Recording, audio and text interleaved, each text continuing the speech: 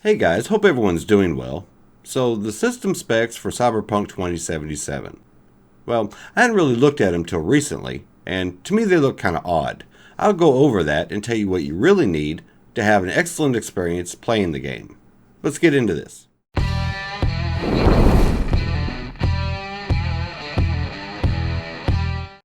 Okay, so during the making of this video, CD Projekt Red did come out and update their system specs and requirements for the game, which I'm actually really glad they did because they went from this, which has a whole bunch of oddities in it, to this, which is more realistic. Now when they first released their specs in this original image, I figure they drew them out of a hat because they don't make any sense, at least to me. Now, like I said, they have updated this, but when I was first looking at this, actually a couple weeks ago, the minimum system requirements, yes, would probably play the game, albeit a really sucky experience, but it would work. Now later on in the video, I will go over what I would actually wind up building for a low, medium, and high gaming rig, but first I want to go over a few of these system specs and point out some things that just don't seem right to me. Now don't forget to like, subscribe, and hit the bell for future Axial GT content. Now, with that out of the way, let's go ahead and tear apart these system specs. Now, like I said earlier, the minimum requirements would actually probably work. I don't think it would do the game justice, but the game would play. The main things I found strained were actually in the recommended requirements that they originally released. Now I'll go over the CPUs later on with the updated specs that they just released.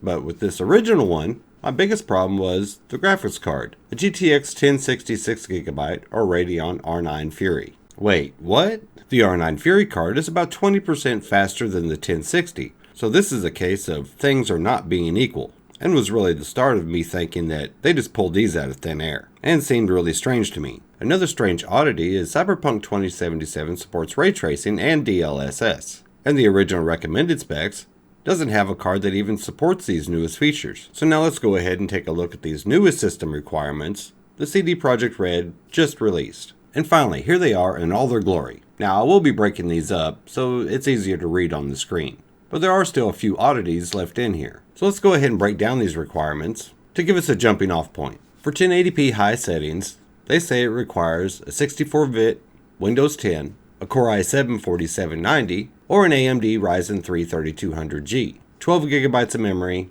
a GTX 1060 6GB, or a GTX 1660 Super, or an RX 590. Now the thing I guess I have found really interesting, and kind of odd, is there's not a lot of equivalence here.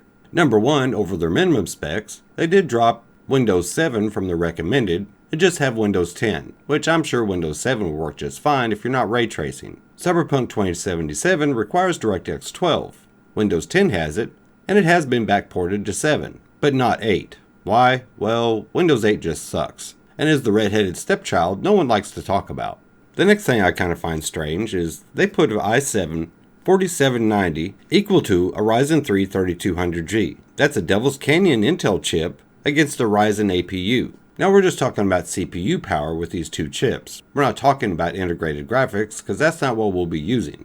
A 4-core 8-thread 4790 clocked at 4 GHz and with a boost of 4.4 against a 4-core 4-thread Ryzen 3200G with a clock of 3.6 and a boost of 4 GHz. When coming up with specs, they are, or at least should be, equivalent. Even though the 4790 is older, it beats the 3200G in every conceivable metric by at least 10%.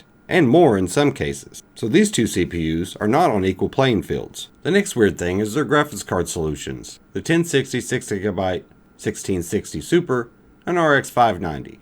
These graphics cards are not equivalent either. The 1660 Super and the RX 590 blow the 1060 6GB out of the water. If a person was to rank these GPUs, it's the 1060, then the 590, then the 1660.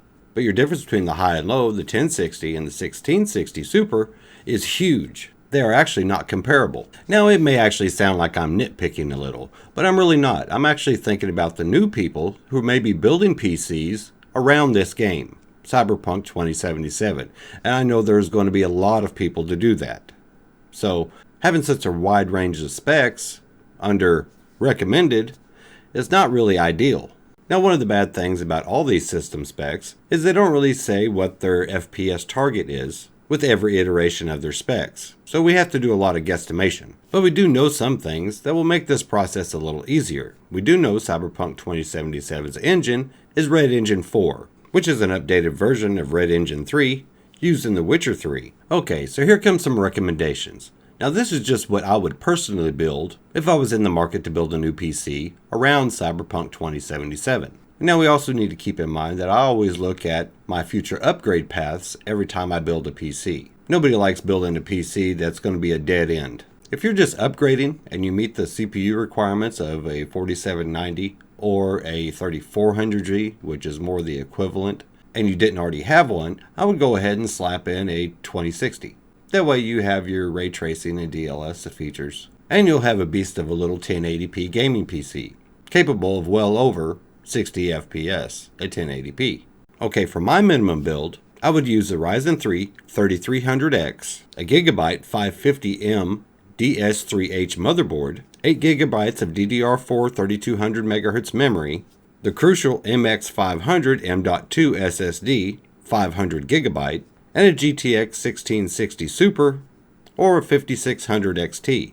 As for the case, I really like using the Cooler Master Masterbox Q300L and an EVGA BQ 500 watt power supply. Now this little PC will set you back around $725 give or take, and that's with MSRP.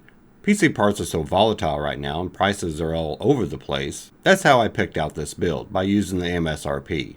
Prices will eventually settle down. And I chose the 3300X because it is a beast of a 4-core 8-thread chip, which technically you could pair it with a lot higher end graphics card, even all the way up to the 2080 Ti. But I wouldn't actually recommend putting a $130 CPU paired up with a $1,200 graphics card. But it can be done. And it has to be said, if you want ray tracing features and DLSS, go ahead and slap a 2060 into this build. It'll make your gaming experience even better, but you will have to add $100 to the price of the build. Now comes my recommendation for 1440p and 4K.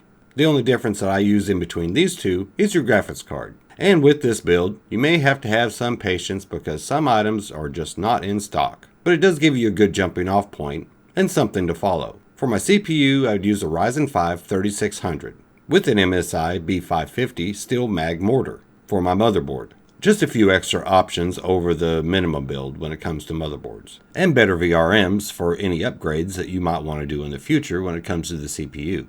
16GB of Corsair Vengeance 3200 MHz memory, and for my storage I'd use a Samsung 970 EVO 1TB M.2 drive. I'd go ahead and use the same Cooler Master case, the Q300L, just to keep price down, and I'd go with the 600 watt power supply, pair all that up with the RTX 2070 Super. Now this setup will set you back about $1,300. Now, it is kind of expensive, but it is well worth it for 1440p gaming on ultra settings, and should do you well for years to come. Now if you want to game at 4K, all you have to do is swap out your graphics card, and I'd choose the 3080. Now stock of the 3080, well, right now is, how should we say it, non-existent. So you might have to be really patient for that one. Now some of you might realize for the high-end 1440p and 4K gaming, I didn't recommend any AMD cards, and that's only because of ray tracing. Now to me, ray tracing doesn't matter. It's only the rasterization that I really care about. But I know to a lot of people it's very important. And right now AMD does not have anything comparable to DLSS. So ray tracing does take a huge performance hit when implemented. Might this change in the future? It could, and I actually expect it to, but AMD hasn't given a date on when their version of DLSS will be available, so that's why I didn't recommend it. Now when it comes to my ultimate build that I plan on building, I'm going to go with the 5900X because I don't only game on my PC. I also do content creation. I'll also pair that up with 32GB of DDR4 3600 MHz memory, and I'll probably either go with the 6900 XT or the 3080 Ti whenever it becomes available, which I don't think it'll be long. But I hope this video was helpful and gave you a good jumping off point on where to start if you were going to build a gaming PC around Cyberpunk 2077. And you know the drill. If you liked the video, smash that like button and consider subscribing for future Axial GT content. And share this video with your friends who might be interested in a new PC build. I really appreciate you watching. Until next time, I am out of here. You all have a good one.